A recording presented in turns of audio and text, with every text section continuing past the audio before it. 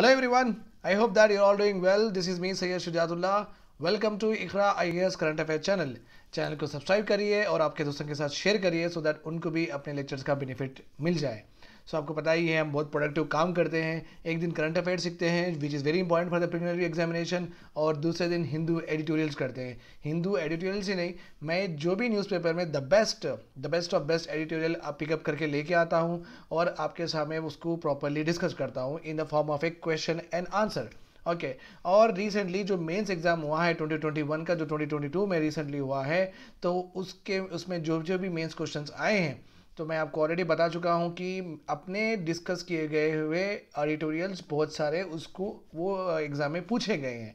तो उसके ऊपर मैं एक प्रॉपरली आर्टिकल बनाऊंगा, प्रॉपरली वीडियो लेक्चर बनाऊंगा, जिससे हम कंपेयर करेंगे कि ये क्वेश्चन हम कौन से दिन डिस्कस करे थे। सो उसके आपका कॉन्फिडेंस भी इम्प्रूव होगा और आप कंटिन्यूसली कंसिस्टेंसी बनाए रखेंगे मेरे साथ इन द वीडियोज़। ठीक है, और do hit the bell icon so that जब भी मैं वीडियो अपलोड करूंगा आपको नोटिफिकेशन मिल जाएगा। ठीक है, तो आज हम पढ़ने वाले हैं reintroduction of cheetah the very charismatic species, okay wild animal. चीता के बारे में पढ़ने वाले हैं, क्यों चीता एक्सटिंक्ट हो गया, क्या वजह थी एक्सटिंक्ट होने की, और मिसेस इंदिरा गांधी जी का भी अटेम्प्ट था चीता को लाने के लिए।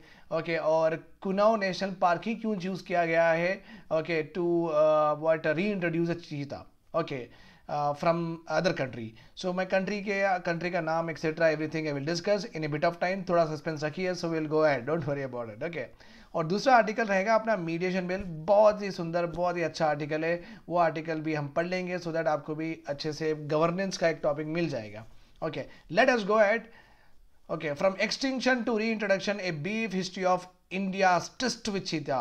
देखिए किताब है, देखो see how beautiful the cheetah looks like. So इसलिए बोलते हैं एनिमल प्रोटेक्शन करो। जनवरी 7 को आया था ये article. Okay first post, okay the newspaper is first post. और आपको भी मैं बता दूं फर्स्ट पोस्ट पे आर्टिकल्स अच्छे होते हैं, डाउन टू अर्थ में आर्टिकल्स अच्छे होते हैं, डीएनए में आर्टिकल्स अच्छे होते हैं, द प्रिंट में आर्टिकल्स अच्छे होते हैं, क्विंट में आर्टिकल्स अच्छे होते हैं। बहुत सारे आर्टिकल्स, बहुत सारे न्यूज़पेपर बहुत अच्छे अच्छे आर्टिकल्स लिखते हैं।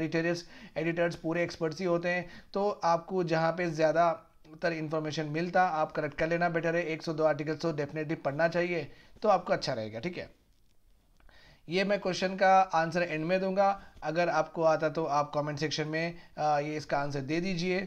ओके तो फिर उसके eight the end of the lecture मैं इसका आंसर दे दूंगा, सो आप क्रॉस चेक कर सकते हैं कि आपका सही है या गलत है। Consider the following statement. Cheetahs, Asian cheetahs are found only across Indian subcontinent. This is the first time government of India plan to reintroduce cheetah in our country. India is set to import cheetah from Iran से हम लाने वाले हैं। So these are the 3 statements, ये आपके options है। ठीक है, आप कमेंट सेक्शन में आपके आंसर्स बताइए और at the end of chapter I will tell the answer, you can cross verify. चलो, वाई चीता एक्सटेंड, ये तो एक आइसोलेटेड इवेंट है, तो इसका कुछ लेना देना नहीं है, बट एक आइसोलेटेड इवेंट है। बट आपको पता होना चाहिए कि एक ज़माने में ब्रिटिश और राजा महाराजा नहीं, ये जो हंटिंग का करते थे, आप समझ सकते हैं। यहाँ पे we are having Baahubali, heroine is there Anushka Shetty. Okay she is also like goes for hunting, फिर वो बचाते हैं डीर को मारना नहीं। So that is there, but ये शौक था कि हंट करना, और हमने चीता को मारा, हमने टाइगर को मारा, तो बकरी तो हिरन को तो कोई भी मार सकेगा, वो तो उतना भाग नहीं सकती। तो ये एक राजा में, महाराजा में, यंग प्रिंस में, ओके ये चीता को मार के उनका फर लेके आना, उनका चमड़ा लेके आना, उसका स्किन लेके आना या मुंडी लेके आना, ये बहुत करेजियस माना जाता था, बहुत ब्रेव माना जाता था ये सब चीज़ें। ठीक है, तो ये होते थे, हंटिंग होते थे। 1947 में Maharaja Ramanuj okay of Korea, what is today called as Chhattisgarh के राजा थे।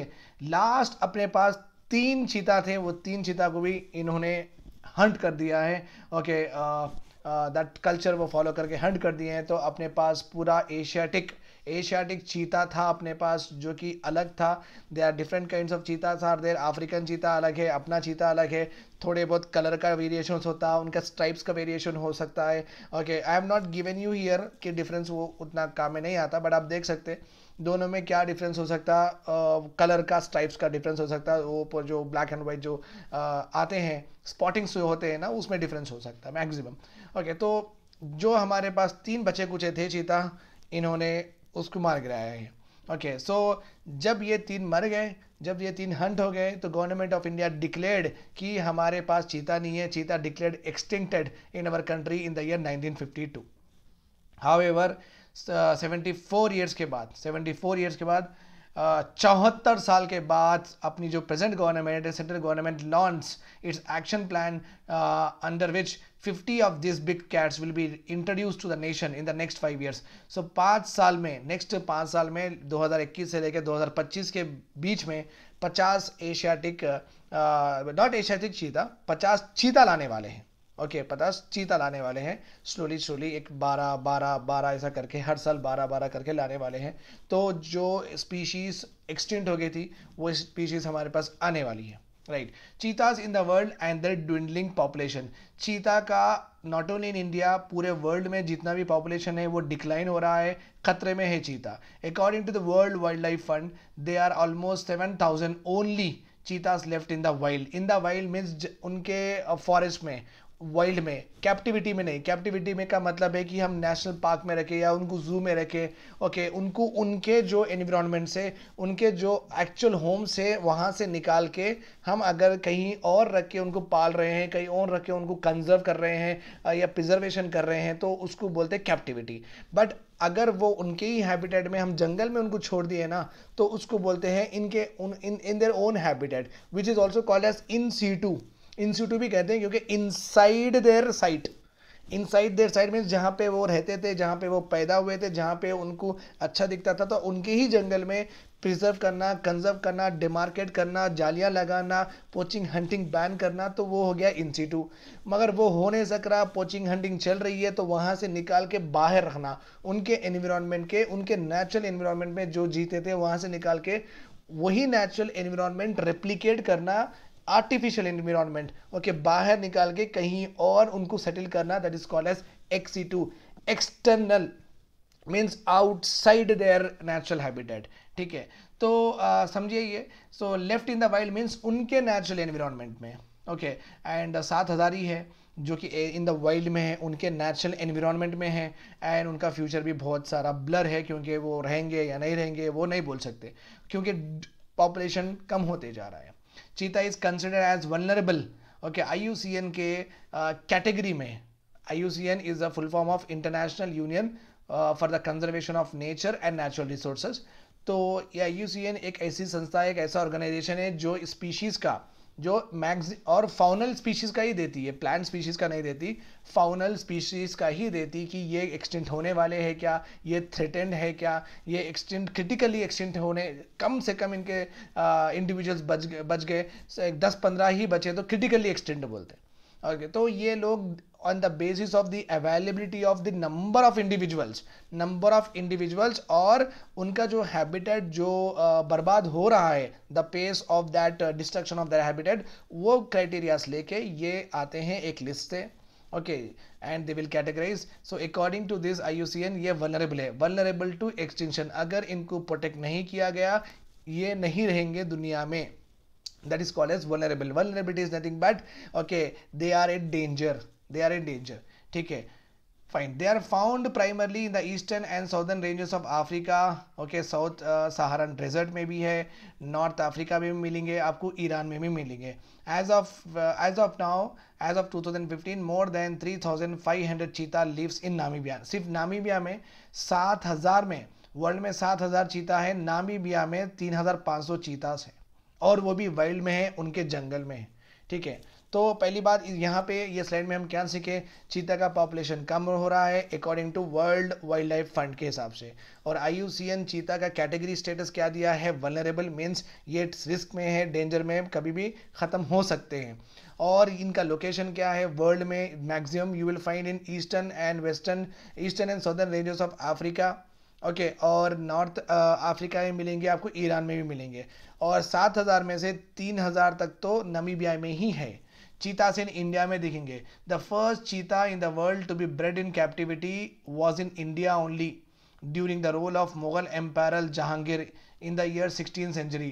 तो 1600 सेंचुरी में कैप्टिविटी में मीन्स उनके जो जंगल से निकाल के कहीं और उनको हम रखवाली करना, तो ये जहांगीर के पीरियड में हुआ था। और जहांगीर के daddy Akbar recorded in their books, उनके बुक्स में ये लिखा हुआ है कि 10,000 चीता थे वो ज़माने में, ओके।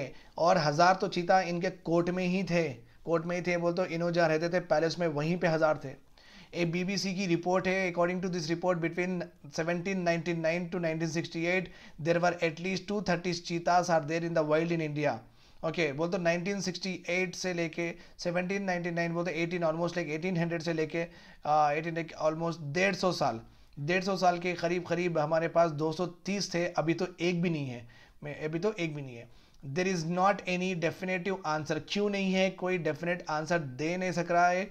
तो एक तो है, एक रीज़न तो मैं ऑलरेडी बोल चुका हूँ कि ये जो ब्रिटिश और जो राजा जो पैशन के लिए, जो करेज दिखाने के लिए वो हंट करते थे, वो एक रीज़न है।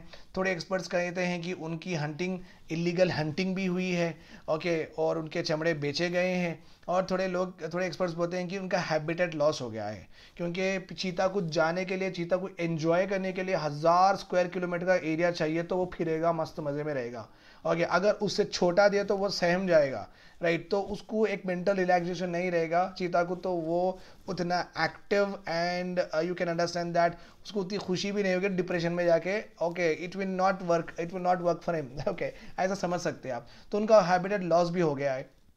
थोड़े बोलते हैं कि चीतास for 100 for bounty and sport, कोई चीता का मुंडा ला के दो मैं 5 लाख दूंगा, उसको बोलते बाउंटी। कोई चीता का चमड़ा ला के दो मैं उसको 5 करोड़ दूंगा, उसको बोलते बाउंटी। और स्पोर्ट्स के लिए भी करते थे कि चलो तू चीता लेके आता या मैं चीता लेके आता, तो कॉम्पिटिशन भी करते थे।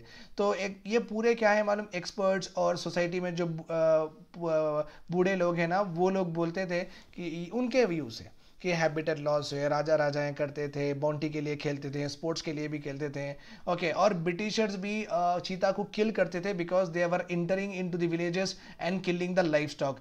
तो ये जो गाय है, ये जो बकरी है, उसको खा लेते थे चीता। तो ब्रिटिशर्स भी उनको किल कर देते थे बिकॉज वो फार्मर्स के जो भी लाइफ स्टॉक है, पिग रहो या काऊ रहो या डीर रहो, खा लेते थे, ओके। चीता का काम ही ये कार्निवोर है, okay, one of the highest pyramid पे है वो, okay, carnivore and non veg ही खाता। Some attribute extension to डीसर्टिफिकेशन।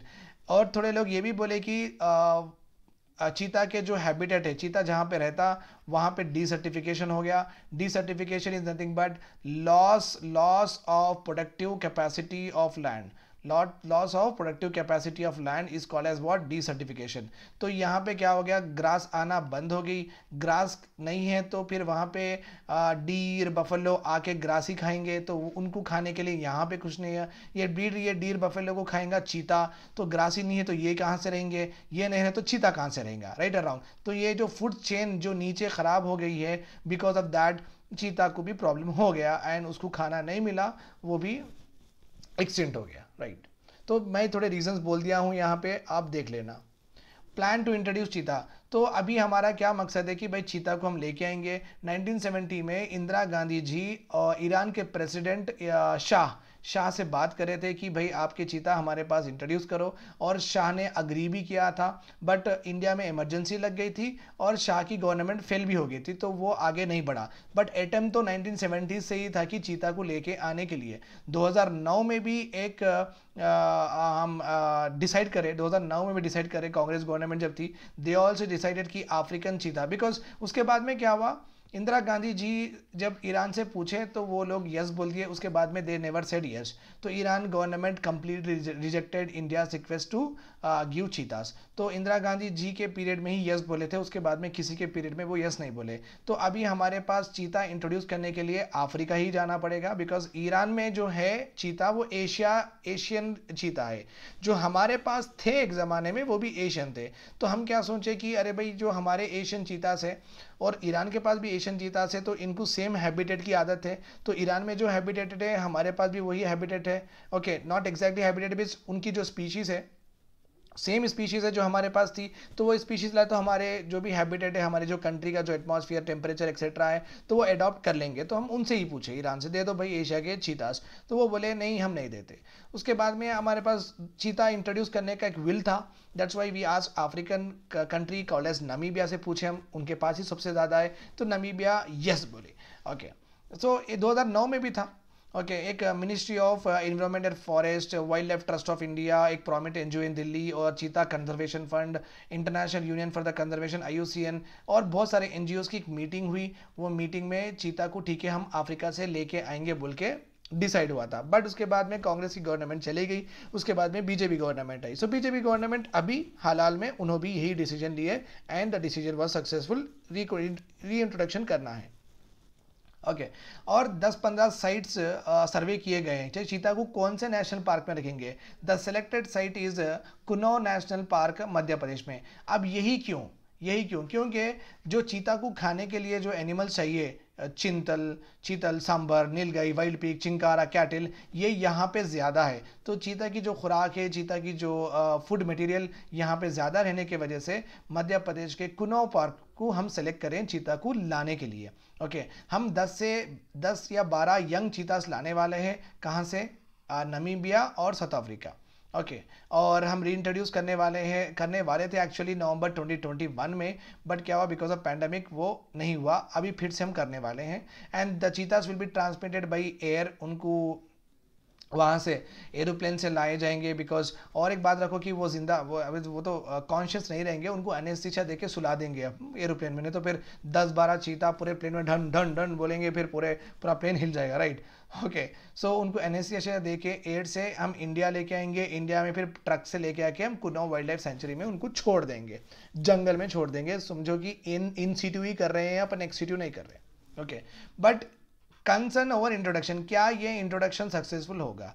भाई बोलने की बात ये है कि introduction is not a easy task. ये तो छोटी बात नहीं है, क्योंकि अब ये स्पीशीज़ आके कितना अपना फूड चेन डिस्टर्ब करेगा, कितना फूड वेब डिस्टर्ब करेगा, नेचुरल इकोसिस्टम कितना डिस्टर्ब करेगा, इसका हमें प्रैक्टिकल एक्सपीरियंस पहली बात तो है ही नहीं, क्योंकि ऐसा पहले कभी हम करें नहीं। ये पहला एक्सपेरिमेंट है अपना, तो रिस्क तो है हमारे पास, हम ले रहे हैं, ठीक है। और ये री इंट्रोडक्शन करना, फिर से कोई स्पीशीज, एक्सटिंक्ट स्पीशीज को कई कंट्री में लाना, ये हम ही कर रहे हैं क्या? ये रेयर है क्या? No, it is not rare. 2017 में 4 cheetahs were reintroduce in Malawi with the cat. तो इनके पास भी, मालवे भी एक कंट्री है, यहाँ पे भी चीतास पूरे एक्सटिंक्ट हो गए थे। तो ये 4 चीतास लेके आए थे और उनको कंजर्व कर रहे हैं। ओके चीता एक बहुत बड़ी वाइड रेंजिंग स्पीसीज है। उनको 1000 किलोमीटर चाहिए, स्क्वायर किलोमीटर बोलते। तो यहाँ पे 1000, यहाँ पे 1000, यहाँ पे 1000, यहाँ पे 1000, ये कितना बड़ा डब्बा बना। This become a square, that is why it is called as 1000 square kilometre बोलते हैं। Indian parks tend to be much smaller than those in Africa. तो कंसर्न क्या है? पहली बात तो इजी टास्क नहीं है, हमारे पास एक्सपीरियंस नहीं है इस चीज़ का, प्रैक्टिकल एक्सपीरियंस नहीं है। ओके और दूसरा क्या है, चीता को चाहिए बड़ा एरिया, और कुनो नेशनल पार्क का एरिया बहुत छोटा है, 600 स्क्वायर किलोमीटर का है। इनको चाहिए 1000, जो हमारे पास नहीं है। ये दूसरा कंसर्न है। तीसरा कंसर्न क्या है? Okay Kuno national park will not be favourable spot also. there is no data that cheetahs, lion, tigers and leopards can coexist। तो हम एक आपको एनवायरनमेंट में एक इकोलॉजिकल नाइच बोल के कॉन्सेप्ट रहता है। इकोलॉजिकल नाइच का मतलब है एक इकोसिस्टम में, एक एरिया में एक स्पीशीज तगड़ी रहती है, और that particular species is a flagship species of that ecosystem, और ये स्पीशीज की वजह से पूरा इकोसिस्टम हेल्थी होता है। तो ये इकोलॉजिकल नाइक यूनिक होती है। कभी एक सिस्टम में टाइगर ही रहेगा, कभी एक सिस्टम में लॉयन ही रहेगा, कभी एक सिस्टम में चीता ही रहेगा। ऐसे पूरे मिलके एक जगह नहीं रहेंगे, कभी एक जगह नहीं रहेंगे। अभी क्या हो गया, बिकॉज ऑफ चीता आने की वजह से लॉयन, टाइगर्स और लिपर्ड जो भी है कुनो नेशनल पार्क में, चीता आने की वजह से ये पूरे कोएग्जिस्ट कर पाएंगे या नहीं कर पाएंगे, we are not aware of it. It has never occurred anywhere else before, so there is no real life experience to draw upon. Existing जो भी हम कंजर्वेशन स्टेप्स ले रहे हैं टू प्रिजर्व वेरियस स्पीशीज, मुझे देखिए, अगर एग्जिस्टिंग जो भी हम कंजर्वेशन स्टेप्स ले रहे हैं to for other species like चिंकारा को हम कर रहे हैं, घारियल को हम कर रहे हैं, स्नो लिपर्ड को हम कर रहे हैं, तो हम बहुत सारे प्रोजेक्ट टाइगर को कर रहे हैं। तो चीता आने की वजह से जो रिसोर्सेस हैं वो चीता के लिए डाइवर्ट हो जाएंगे, जो वाइल्ड लाइफ में जो भी फंड आता है वो उसके लिए डाइवर्ट हो जाएंगे। तो हमारे दूसरे जो कंजर्वेशन स्टेप्स है वो बैक सीट ले लेंगे। That is also one of the criticism of री इंट्रोडक्शन। तो ये बोल रहे हैं कि इतना तो एक्सपीरियंस है नहीं, तो हमारा कॉस्ट और टाइम भी वेस्ट होने वाला है, ओके, विद द री इंट्रोडक्शन ऑफ चीता। ओके पॉजिटिव्स क्या है? ऑब्वियसली चीता को आप देखो, you will say wow what is species, right? तो आपके चेहरे पे वो चारिस्मेटिक लुक आ ही जाएगा एंड यू विल से ऑ, तो ए ऑफ फीलिंग्स आएंगे, एस्थेटिक वैल्यू अटैच होगी और there are lot of excitements in the children's की उनको मिलेगा, वो जनरेशन को भी चीता देखने को मिल जाएगा, right? Development of grass land, और चीता को चाहिए ऐसी ग्रास, ये ग्रास है ना, ये ग्रास, ये येलो कलर की ग्रास और थोड़ा बहुत जंगल, this is called as grassland mosaic बोलते हैं।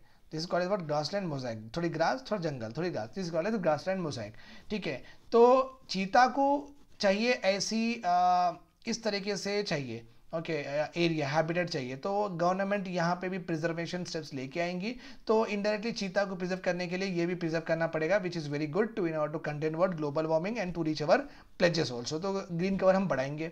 encourage healthy biodiversity is given in the article, अगर चीता अगर आने से ओके बायोडाइवर्सिटी और हेल्दी हो जाएगी, जहाँ जहाँ भी एक्सटेंशन हो रहे हैं वो एक्सटेंशन नहीं होंगे और रिसोर्स बेस प्रॉपरली शेड होगा एंड सब हेल्थी रहेंगे, that is the assumption, that is all about चीता। तो हर एक चीज़ मैं चीता के बारे में डिस्कस कर चुका हूँ, you can go through and you can see. अभी हम पढ़ लेंगे वो आंसर्स का। Okay cheetahs are found only in across Indian subcontinent, wrong है बेस बिकॉज चीता ईरान में भी है, ट्राएंगे right. The first time, this is the first time government of India plan to introduce, नहीं ये भी रॉन्ग है क्योंकि Mrs Indira Gandhi has already planned it. India is set to import cheetah from Iran, ये भी रॉन्ग है, we may import from Namibia mostly और from South Africa. So which one of the following is incorrect code? Incorrect code, all the above are incorrect, all the above are incorrect. तो मैं correct को incorrect कर दिया, please don't mind for that, ठीक है? मैं incorrect लिखना भूल गया था, all the above are incorrect. I have given the reasoning for each and every statement, right? Now we are going ahead with all about mediation. Mediation का bill आया है 2021 mediation bill, table in the parliament और उसके ऊपर चल रहा है। And student देखिए, इंडिया में और कौन सी भी कंट्री में जस्टिस डिलीवरी सिस्टम होता है, राइट और रॉन्ग? जस्टिस डिलीवर करने का एक सिस्टम होता है। जस्टिस किससे चाहिए आपको? अगर मैं आपको मारा या आप मुझे मारे, इंडिविजुअल से इंडिविजुअल को जस्टिस चाहिए, इंडिविजुअल को ऑर्गेनाइजेशन से, कंपनी से जस्टिस चाहिए। अगर ऑर्गेनाइजेशन कंपनी अगर इंडिविजुअल को बेनिफिट्स और उसकी सैलरी नहीं दे रही तो फिर he has to go to the court, okay justice चाहिए उसको भी। और इंडिविजुअल के राइट्स अगर गवर्नमेंट और any other government related authority infringe करती है तो वहाँ से भी जस्टिस चाहिए। सो इंडिविजुअल को बहुत जगह से जस्टिस चाहिए, ओके? सो ये जस्टिस देगा कौन? इन ऑर्डर टू, बिकॉज अगर ये जस्टिस, अगर ये individual, the agreed individual is this and he get the justice from any of this, okay, if any of this were violated, he get the justice from all of this culprits, okay, so there will be harmony। नहीं तो क्या होगा, आपको मैं मारा, okay, मुझे jail में नहीं डाले, आप मुझे मारोगे, okay, तो इस तरीके से अगर आपको जस्टिस नहीं देंगे, अगर मुझे जेल में नहीं डालेंगे तो आप उल्टा मारोगे, तो एक वायलेंस प्रमोट होगा कंट्री में और सोशल हार्मोनी पूरी डिस्टर्ब हो जाती है। दैट्स वाई लॉ ऑर्डर में होना चाहिए। लॉ एंड ऑर्डर इसलिए बोलते हैं कि लॉज ऑर्डर में होना चाहिए, आपका हक मैं नहीं छीन सकता हूँ, ये लॉ है। अगर ये डिसऑर्डर हुआ तो पनिशमेंट मिलनी चाहिए, राइट और रॉन्ग? यस। तो आपको पता है अगर किसी का भी राइट इन्फ्रिंज होगा, they can go to the court, they can go to the court. Apart from court there is one important way to solve the disputes, that is called as what? Alternative dispute resolution mechanism बोलते हैं हम। क्या बोलते हैं? Alternative dispute resolution mechanism, okay, ADR। इसमें 4 किस्म के alternatives है, ओके। एक्स्ट्रा जुडिशियल बोलते हैं, क्या बोलते हैं इसको? Extra judicial mechanisms, extra because judiciary से हट के है, जुडिशरी से एक्स्ट्रा जस्टिस सिस्टम चल रहा है, that is called as extra judiciary, okay. ADR एक है नेगोशिएशन, दूसरा है मीडिएशन, तीसरा है कॉन्सिलिएशन, ओके, चौथा है okay you are having arbitration, okay, negotiation, mediation, conciliation, arbitration. जो नेगोशिएशन देखो, दो यहाँ पे देखिए पिक्चर में 2 पार्टी है, बीच में एक बंदा रहेगा, he could be a negotiator, he could be a mediator, he could be a conciliator, he could be a arbitrator. देखो हर एक के अलग अलग पावर्स है और हर एक के अलग अलग वे ऑफ डूइंग है, that is there in the law, okay, law में है। और हम उतने डीप में नहीं जा रहे हैं कि उसमें क्या फ़र्क है, हम नहीं जा रहे हैं, क्योंकि थोड़े में कैसा है कि अगर जजमेंट दे दिया तो बाइंडिंग है, थोड़े में जजमेंट बाइंडिंग नहीं है, तो ऐसा भी हो सकता। तो बेसिकली आप बस ये याद रखिए कि अल्टरनेटिव डिस्प्यूट रेजोल्यूशन मैकेनिज्म है। ऑलरेडी आर्बिट्रेशन और कॉन्सिलिएशन का ऑलरेडी एक एक्ट है, वो एक्ट के हिसाब से ये जो बीच वाला जो बंदा है ना, उस हिसाब से दो पार्टी में सुलह कराना, तो ऑलरेडी एक एक्ट है। That act is called as alternate arbitration and conciliation act of 1996। According to this act, if any arbitrator is appointed by the two parties, he has to follow the provisions of this act। ये हो गया। अभी mediation का होना, negotiator का भी आया नहीं, मीडिएशन बिल अभी लेके आए हैं, तो यहाँ पे भी एक एक्ट बनेगा, यहाँ पे भी एक्ट बनेगा। तो ये basically you can understand that ये बेसिकली है दो पार्टीज और जो बीच में जो थर्ड पार्टी है जो सुलह करा रही है दो पार्टीज में, वो किस तरीके से प्रोसीडिंग्स करना चाहिए, किस तरीके से पार्टी से बात करना चाहिए, एक्सेट्रा एक्सेट्रा, उसके जो पावर्स है और the roles responsibility of both the parties is properly written here. ये एक प्रोसीजर ऑफ डिलीवरी जस्टिस है, ये इसमें पनिशमेंट नहीं होता, ये procedure of delivery services justice delivery is mention under this act, इससे ज़्यादा कुछ नहीं। ओके, डिसीजन आर्बिट्रेटर देता, आपके अगेंस्ट देता या आपके प्रो देता, तो it's up to the third party. और ऑब्वियसली जब भी ये मिडिल मैन थर्ड पार्टी को अपॉइंट करेंगे, दोनों की सहमति से करेंगे, वो नेगोशिएटर रहो या आर्बिट्रेटर रहो, कंसिलेटर रहो। अगर आप और मैं, ठीक है, हम इनको रखते हैं बीच में, अपन दोनों के बीच में, तभी होगा ये। ओके, तो एक्ट में भी यही लिखा हुआ है कि when both party agreed on consensus and also on writing में भी देना ही हम ओके हैं उनसे, he is a independent person, we are okay with that. Just like अगर आप में और मेरे में डिस्प्यूट है, आप भी मुसलमान है समझो, मैं भी मुसलमान हूँ, तो हम अब जो मौलवी साहब है, जो इमाम साहब है, तो आप भी उनको रिकॉग्नाइज करते हैं, मैं भी उनको रिकॉग्नाइज करता हूँ, राइट और रॉन्ग, तो हम बोलेंगे ठीक है वो इमाम साहब को हम बीच में रखेंगे, उन्होंने अपना डिस्प्यूट सॉल्व कर देते, right. So in the same way आप समझ सकते हैं कि हम we can with our consent, अपने कंसेंस से हम किसी को ओके अपॉइंट कर सकते हैं। तो फिर आप भी एक लेटर लिख के देंगे, yes we agree that he should be the arbitrator, तो साइन हो जाएगा, तो he is going to do everything between us. तो बेसिकली ये एक्ट्स में प्रोसीजरल वेज है to conduct the to conduct the alternative disputes resolve करने का एक अलग तरीका है, ठीक है, फाइन। तो दो है, ये एक। नाउ मीडिएशन बिल आया क्यों, देखिए आप यहाँ पे मीडिएशन बिल आया क्यों। So it may not be properly visible to you, तो but listen to my voice properly. इसमें क्या है मैं बोल दूंगा आपको। CJI अपने चीफ जस्टिस ऑफ इंडिया, जो honourable chief justice of India Ramana है, उन्होंने बोला है कि mediation should be the first step before any dispute come to the court में आने से पहले मीडिएशन का चैनल यूज करके आना बेटर है। अगर समझो आपकी गाड़ी के ऊपर एक पत्थर मैं मार दिया, चलो बॉल है, बॉल से मैं मार दिया, ओके, एक बच्चा, मेरे घर का बच्चा आपकी एक गाड़ी का ग्लास तोड़ दिया, तो अब मैं ये कोर्ट में क्यों जाना, नहीं जाना, जरूरत नहीं है ना। तो इसके लिए हर छोटी छोटी चीज़ के लिए, पेटी केसेस के लिए क्यों जाना, नहीं जाना है, राइट। तो ये केसेस हम एक मीडिएटर से कर ले सकते हैं। अभी जो कॉलोनी में जो सबसे बूढ़े हैं, जो सबसे गवर्नमेंट ऑफिसर है, कोई रिटायर्ड है, तो उनको बुलाओ, उनको बिठा के क्या कंपेंसेशन है तय कर लो, हो गया। अब नहीं तुम कंपेंसेशन देंगे, तो यहाँ पे देखो मेंस रिया बोल के कॉन्सेप्ट है, as because I am also a lawyer, so I can properly tell you. Mens rea मतलब माइंड का जो इंटेंट है ना, important, mind intent is important for the success of mediation. Mens rea is very very important. अगर मेरे घर का कोई बंदा आपकी गाड़ी का ग्लास फोड़ा, तो आप 1 करोड़ का केस तो नहीं डाल सकते, ओके। आप मुझे 1 करोड़ पूछते भी नहीं, अगर आप 1 करोड़ पूछेंगे तो मैं तो जाऊंगा कोर्ट को।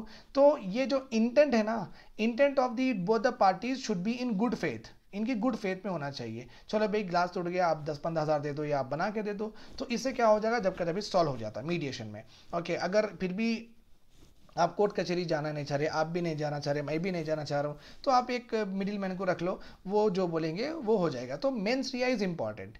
Both the parties should have this intent in a good faith that चलो हम मीडिएशन से काम करेंगे, तो ये मीडिएशन बिल सक्सेस होगा, नहीं तो नहीं होता सक्सेस, ठीक है। तो CJI रमन्ना यही बोले हैं अपने चीफ जस्टिस की, मीडिएशन से कर लो आधे काम, ओके। छोटे छोटे पेटी केसेस है, ये 10 रुपये की चोरी, 100 रुपये की चोरी, 50,000 की चोरी, ओके। आपके वजह से मुझे लॉस हुआ, आप नहीं आए, आप एडवर्टाइजमेंट बराबर नहीं कर रहे, मैं आप डिजिटल मार्केटिंग के लिए मैं आपको अपॉइंट करा, एक भी लीड्स नहीं आई, एक्सेट्रा एक्सेट्रा, चलो मैं आपको हायर करा, 2 महीने में आपको निकाल दिया। तो ये जो भी है एक थर्ड पार्टी को बुलाओ और वो ख़त्म कर दो। तो छोटे छोटे पेटी केसेस गवर्नमेंट में ऑलरेडी इतने केसेस हैं, तो वो प्रॉब्लम सॉल्व होना, ये फिर ये जाके फिर वहाँ पे और क्लॉकड अप होना अच्छी बात नहीं है। CJI रमन्ना वही बोले हैं, ओके। सो यहाँ पे आप देखिए प्रॉपरली, यहाँ पे लिखे हैं, okay. Mediation should be the first step in dispute resolution. Okay, और ये भी इसलिए बोले हैं कि there is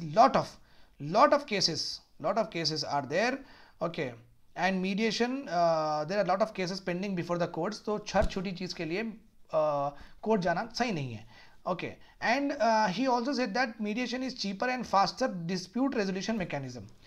very very important. मेरे ही एक रिलेटिव में एक रिसेंटली एक का डिवोर्स हो गया, तो हम एक mediator as a family members everyone, ख़ानदान के सब लोग एक मीडिएटर को अपॉइंट करें, लड़की वाले भी लड़के वाले भी अपॉइंट करें।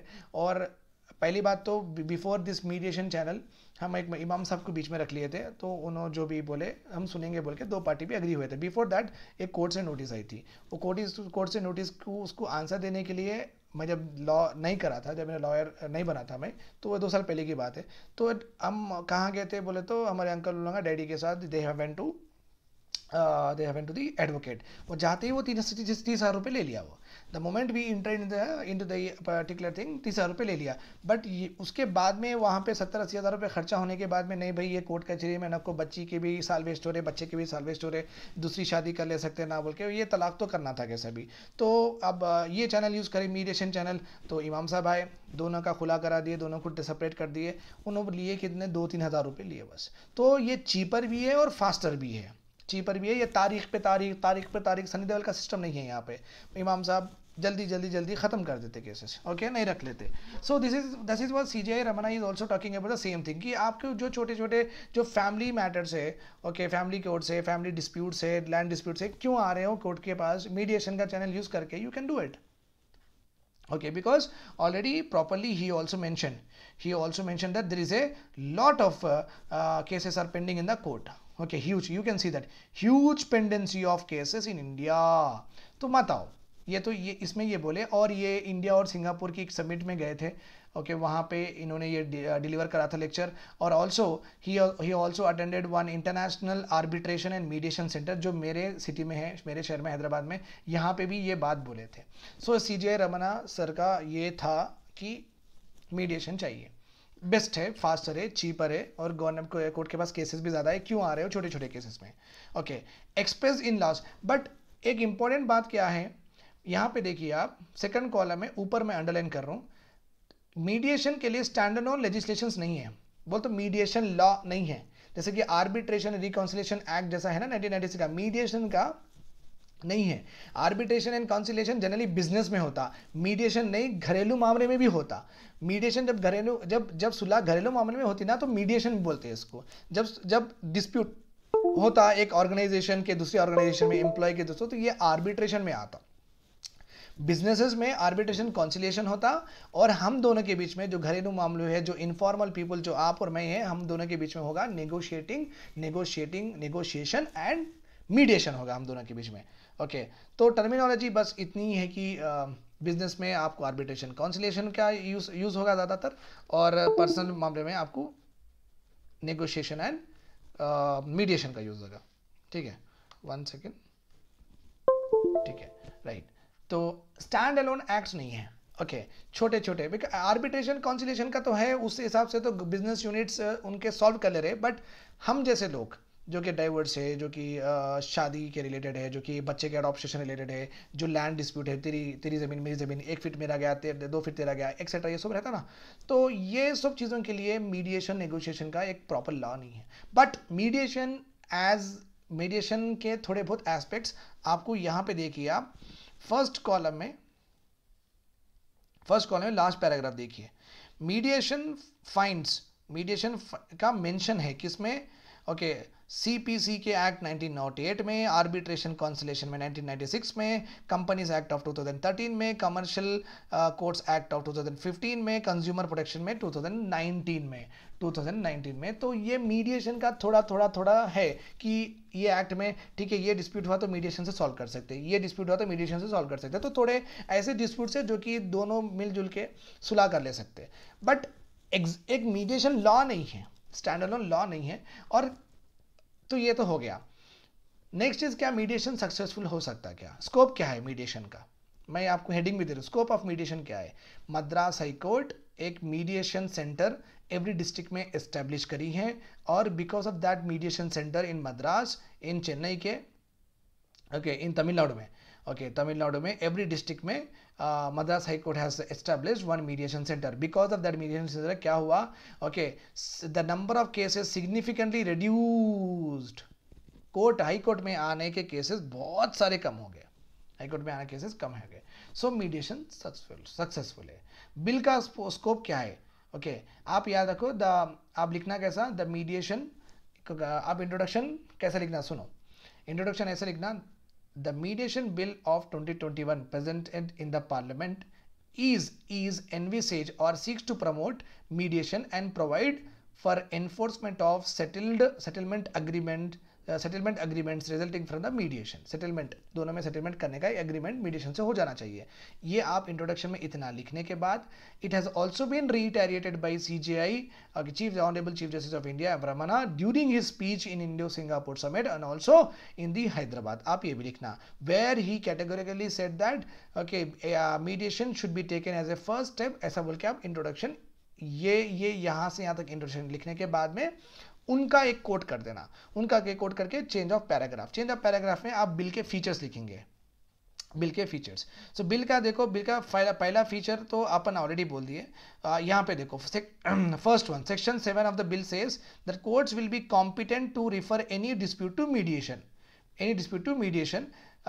Relating to compoundable offence. यहाँ पे वेरी वेरी इंपॉर्टेंट वर्ड है, उसका नाम है कंपाउंडेबल ऑफेंस.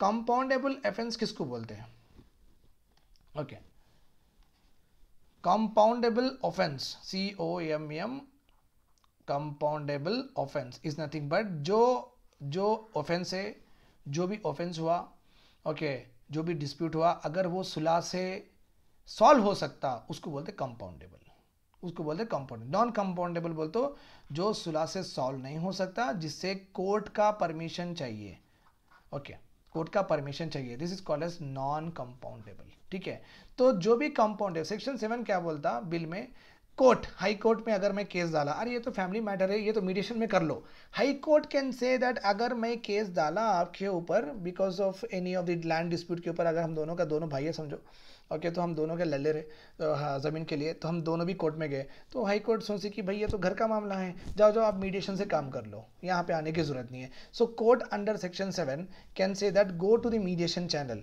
वहाँ पे सुलह हो गया तो अच्छा है, नहीं हुआ तो आओ, बट पहले ही क्यों आए, अननेसेसरी फिर फैक्ट्स करना क्यों जरूरत है, राइट. सो यहाँ पे आप सब हेडिंग लिखेंगे, ओके, केसेस नहीं, आप सब हेडिंग लिखेंगे कंपाउंडेबल ऑफेंस. सब हेडिंग क्या लिखेंगे, कंपाउंडेबल ऑफेंस बोल के लिखेंगे, लिखने के बाद सेक्शन 7 बोलेंगे, okay. Then second A, introduction आप दे दिए, इंट्रोडक्शन आप देंगे the silent the important provision of the bill, ये सब हेडिंग रहेंगी आपकी, important provision of the bill सब हेडिंग रहेंगी. उसमें ए रहेगा कंपाउंडेबल ऑफेंस, देन बी रहेगा section 44, any dispute likely to affect peace, harmony and tranquillity among the residents of a particular locality, community mediation करना है. तो सेकंड आपका सब हेडिंग रहेगा कम्युनिटी मीडिएशन. अगर हम 10 लोग मिलकर गली में क्रिकेट खेले, गली की पीस ट्रैंक्विलिटी पूरी बर्बाद कर रहे हैं, ओके, बीच चलाने, तो ये जो सॉल्व करना है, इसके लिए आप पुलिस को जाने की ज़रूरत नहीं है, हमारे ऊपर कंप्लेंट करने की ज़रूरत नहीं है. शायद आपके पास उतने बच्चे, छोटे छोटे बच्चे, तो आपके बच्चे नहीं खेल रहे होंगे, बट हम तो इतने बड़े, हम तो खेलते, तो 4-5 परिवार के बच्चे ही खेल रहे हैं, बाकी के 100 परिवार के बच्चे नहीं खेल रहे, 4-5 परिवार के बच्चे ही पूरा हल्ला मचा रहे हैं गली में, तो कंप्लेंट तो करेंगे आप. तो ये जो है, ये मसला जो है गली का, तो आप कम्युनिटी मीडिएशन से सॉल्व कर लो. मीन्स आप हमारे पेरेंट्स को बुलाओ, आप भी आओ, आप बीच में बैठो, ठीक है, सैटरडे संडे खेलने देंगे क्या, हम भी तो कॉलोनी में रहने वाले हैं, हमको भी खेलना पसंद है, तो फिर आप क्या करेंगे, सैटरडे संडे देंगे या कुछ टाइम दे दो, हम वो टाइम में खेल लेंगे. तो ये जो छोटे छोटे डिस्प्यूट्स के लिए आप कंप्लेंट करने की जरूरत नहीं है, कम्युनिटी मीडिएशन से आप काम कर सकते हो. वो सेकेंड आप सब हेडिंग लिख सकते हैं. थर्ड क्या है, अगर कोई ऑफेंस हुआ पेरेंट्स के अगेंस्ट, ओके, पेरेंट्स वेलफेयर, अगर any individual violates this act, senior citizen act of 2007 और sexual harassment of women at work place, अगर वुमेन को कोई सताए, वर्क प्लेस पे कोई टच करे ज़बरदस्ती के लिए, and they just try to what glaring her towards, ऐसा ऐसा इनकन्वीनियंट उनको महसूस कराए, ईव टीजिंग समझो, स्टॉकिंग चलो, टच करना समझो, कुछ भी समझो, ऐसे केसेस में मीडिएशन नहीं मिलेगा। क्योंकि अगर ऐसे केसेस में मीडिएशन मिलेगा तो फिर बच्ची वाले जो कि फैमिली रहेंगी वो मीडिएशन में बैठेंगी, तो वो बोलेगा बच्चा जो भी ये एक कांड करा, ही विल से दैट मैं तो कुछ करा नहीं, मैं तो सिर्फ नॉर्मली हाथ रखा। अब ये डिग्रेडेशन, ये डिसरिस्पेक्ट, ये मुंह से बोलना करना, ये कहाँ पसंद आएगा किसको भी, राइट। तो और ऐसे अगर ये चीज़ों को, अगर लड़की को आप सेक्सुअल हरासमेंट करेंगे, आप उनको गंदे गंदे पिक्चर्स भेजेंगे, आप उनको गंदे गंदे टेक्स्ट करेंगे, ऐसे काम करेंगे, और ये मीडिएशन से सॉल्व होगा, तो लोगों में ये तो बढ़ावा हो जाएगा ना, ये तो एक प्रमोशन करेंगे आप कि चलो भाई कुछ भी हुआ तो मीडिएशन में जाएगा, कुछ भी हुआ तो मीडिएशन में, खुद भी भेज लूँ, बड़े लोग मिलेंगे और कैसे भी बच्चे को समझा लेंगे, नहीं नहीं नहीं आप मत बोलो ना, कुछ बच्चे का करियर ख़राब हो जाएगा। तो ये ऐसी चीज़ बहुत ज़्यादा हो जाएंगी। इसलिए अगर सीनियर सिटीजन्स के अगेंस्ट कुछ हुआ या वुमेन हरासमेंट, सेक्सुअल हरासमेंट कुछ हुआ वर्क प्लेस, ये दो में मीडिएशन नहीं मिलेगा। That is a very very important point of the bill. Okay fine. तो उसके बाद में ओके प्राइमरी, तो ये civil, bill is primarily intend to resolve civil and commercial, ये भी लिख लो। सिविल और कमर्शियल डिस्प्यूट्स ही मीडिएशन बिल से रिजॉल्व होंगे, क्रिमिनल ऑफेंसेस नहीं। Okay, not criminal offences, but जैसे इसमें देखो bill categorically says that civil और कमर्शियल डिस्प्यूट्स, आपके होटल से चलो, आपके होटल में आप 2 लाख रुपए रखे, मैं वहाँ पे अकेला मौजूद था, मैं वहाँ पे मैं ईमानदारी से काम करा, पर मैं घर को आ गया, 2 लाख रुपए चोरी हो गए। आप बोले नहीं तुम तो ही थे कैशियर पे, सर आप ही कैशियर पे थे, आप ही 2 लाख रुपए लिए। मैं बोला मैं नहीं लिया भाई, मैं तो घर पे आ गया था, मैं तो इतने साल से काम करूँ, मैं तो ईमानदार हूँ। तो आप वैसे भी नहीं सुनेंगे, आप कोर्ट में जाएंगे, ठीक है, आप कोर्ट में जाएंगे। तो ये जो क्रिमिनल ऑफेंसेस है ना, ये मीडिएशन से सॉल्व नहीं होंगे, ये कोर्ट में ही इन्वेस्टिगेशन करना पड़ता, पुलिस वाले आके आपको डराना या मेरे को डराना, कौन सही कौन झूठ बोल रहा है, वेरी वेरी इंपॉर्टेंट पॉइंट है यहाँ पे, ठीक है। तो जो क्रिमिनल ऑफेंसेस है सेक्शन 320 में, ओके यहाँ पे देखिए ये कॉलम में section 320 in the code of civil procedure code provides for the compounding of certain criminal offences. हाँ, यहाँ पे 320 सेक्शन में कंपाउंडेबल ऑफेंसेस हैं, कितने हैं 43 ऐसे क्रिमिनल ऑफेंसेस है जिसमें दो पार्टी सुलह खुद कर ले सकते। चलो भाई मैं आपको एक मुक्का मारा, आप मुझे मुक्का मारे, अपने पेरेंट्स है, सुलह कर ले सकते। ये क्योंकि मुक्का मारना है क्रिमिनल ऑफेंस है, ये सिविल में ना आएगा ना कमर्शियल में आएगा, राइट। तो ये तो क्रिमिनल ऑफेंस है, किसी को डराना, किसी को धमकाना, किसी के पीछे। तो आप समझो कि 43 ऐसे ऑफेंसेस है जिसको हम कंपाउंडेबल है। कंपाउंडेबल मतलब हम कॉम्प्रोमाइज से सुलह कर सकते हैं, हम कॉम्प्रोमाइज से सुलह कर सकते हैं। और 13 ऐसे ऑफेंसेस है, ये सेक्शन 320 ऑफ सीपीसी में 13 ऐसे ऑफेंसेस है which can be compounded with the permission of the court.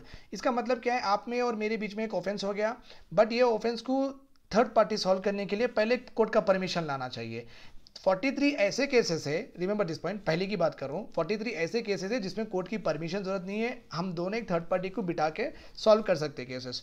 13 ऐसे ऑफेंसेस है ये सीपीसी सेक्शन 320 में, ओके, जिससे कोर्ट की परमिशन लेके ही मीडिएशन होगा, जब तक मीडिएशन नहीं होगा। Okay, these are some of the important provisions of the bill.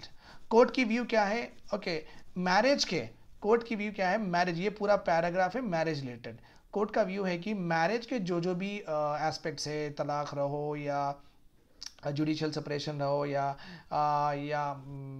अकेले रहना रहो या घर में आप बैठ गए, बीवी घर में जाके बैठ गए, घर को नहीं आ रहे, राइट टू कॉन्जुगेशनल जो भी राइट्स है, कॉन्जुगेशन राइट्स वो पूरे नहीं हो रहे हैं, ओके, कोहैबिटेशन नहीं हो रहा है, दोनों का एक साथ, एक दूसरे के नापसंद करके दूर रह रहे हैं, but because of society bond में ही है, तो हस्बैंड फाइल केस कर सकता है। Because see in after law ये क्या बोलती है, okay, because I know that वो वही काम करता हूँ मैं, तो लॉ में क्या लिखे वाला है, शादी के बाद, ओके, इफ अगर फोर्सफुली भी अगर हस्बैंड सेक्स करता है वुमेन से, it is not called as rape, it is not called as rape. So because शादी हो गई है and the husband should derive the pleasure from that marriage, ये उसका राइट है बोल के लिखे हुआ है। Okay, so I may not be putting in a proper way, but इस तरीके का लिखे हुआ है। Okay, remember this point. So that's why the concept of marital rape has been started. Okay, you might be knowing this. शादी होने के बाद आप पसंद नहीं है तो भी लड़की को आप ज़बरदस्ती you are deriving pressure. But अभी marital rapes are not recognised in our country. अभी भी कोर्ट यही बोलता कि it is the right of the husband to derive the satisfaction from the married life. तो ये है क्या, तो बट बीवी जाके घर में बैठ गई, बीवी आ नहीं रही है, तो फिर हस्बैंड केस डालेगा कि ये आ रही नहीं है, तो फिर I am not able to satisfy my feelings etcetera so and so forth. तो ऐसे जो मैरिटल रिलेटेड डिस्प्यूट्स है ना, ये मीडिएशन बिल को रिफर कर दो, ये मीडिएशन बिल को रिफर कर दो, ठीक है। ये इसमें यही है। ओके, देखो section 498 of the Indian penal code also deals with cruelty by husband. Husband domestic violence करा, बीवी को मारा, उनके रिलेटिव सताए करे एक्सेट्रा, ये इसको भी कॉम्पाउंडेबल बना सकते हैं। कॉम्पाउंडेबल मीन्स ये कॉम्प्रोमाइज़ के जैसा बना सकते हैं। तो इससे क्या होगा, पुलिस लॉ इन्फोर्समेंट एजेंसी का बर्डन भी कम होगा कि both marriage related, domestic violence related, फिर ये सो जो है ना, ये उनके भी कम हो जाएगा और मीडिएशन से जल्दी जल्दी सॉल्व भी हो जाएंगे। Okay, this is all about this article and the background. तो आप थोड़ा बहुत वो खाली पुलिस का प्रोसीजर है, that is not important, but मैं आपको इंट्रोडक्शन दे दिया और मैं आपको 7 फीचर्स ऑफ द बिल बता दिया, और मैरिज रिलेटेड करना बहुत ज़रूरी है वो भी बता दिया। This is all about it. Thanks a lot for hearing to me. Have a nice day and keep watching and do subscribe to the channel and share to all of your friends. Thanks a lot.